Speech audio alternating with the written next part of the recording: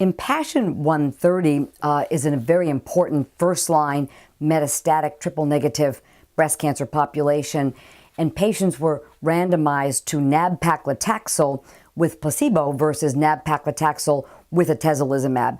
And it was two different groups of patients, those that were PD-L1 positive and those whose breast cancers were PD-L1 negative. And what was looked at there specifically is the percentage of immune cells that were PD-L1 positive. You had to have a cut point of 1% or more of the immune cells PD-L1 positive. And the women were randomized to nab-paclitaxel plus minus atezolizumab. They could not have had a taxane within the last year. And the primary endpoints were progression-free survival, both in the overall population, the intent to treat, as well as in the PD-L1 positive population, as well as overall survival. In IMpassion130, the primary endpoint of progression-free survival was met both in the intent to treat and in the PD-L1 positive population.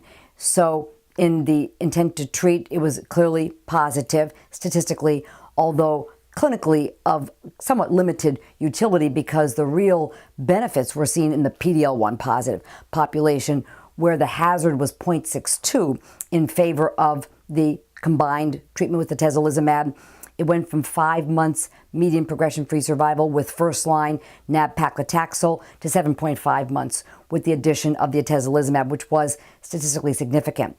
Even more important, of course, is overall survival. So in the intent-to-treat population, there was a 3.5-month improvement in survival, but it was a borderline statistical significance and didn't quite meet the pre-specified threshold for survival. And the protocol said that if the primary survival endpoint was not statistically positive, then the exploration would occur of the PD-L1 positive population, but without statistical calculation and import. But the survival improved by 10 months in the PD-L1 positive population from 15 months, which is about what you'd expect with nab-paclitaxel alone, up to 25 months with the combination of atezolizumab.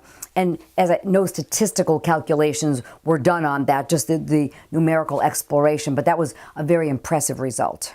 The response rates were also higher with the combination of the atezolizumab and nab-paclitaxel in the PD-L1 population. The response rate was 42% with nab-paclitaxel alone, which is actually quite respectable, but went up to 58% with the combination, again showing the additive or synergistic effects with this combination. They definitely were better than either one alone, for sure. Safety, thankfully, was actually quite good here. I did not see, looking at the data, any particular increased nab-paclitaxel type side effects with the addition of the atezolizumab. And with regard to immune-related toxicities that we get concerned about, there was a bit more hypothyroidism with the atezolizumab, but of course that's very easily managed. There wasn't a lot of other side effects such as, hepatitis, pneumonitis, or other serious immune-related toxicities. They just really didn't occur. This was a really good first step, combining the nab-paclitaxel with atezolizumab. Clear proof of concept that chemotherapy with checkpoint inhibitors is going to be more efficacious in the PD-L1 population than chemotherapy alone. Now, of course, we're very interested in improving upon that. We're interested in a platinum-based regimen. We await the results of a KEYNOTE trial with gemcitabine carboplatin with or without pembrolizumab, for example. And we'll also see pembrolizumab in combination with taxanes as well. But also, of course, checkpoint inhibitors in combination with targeted therapies.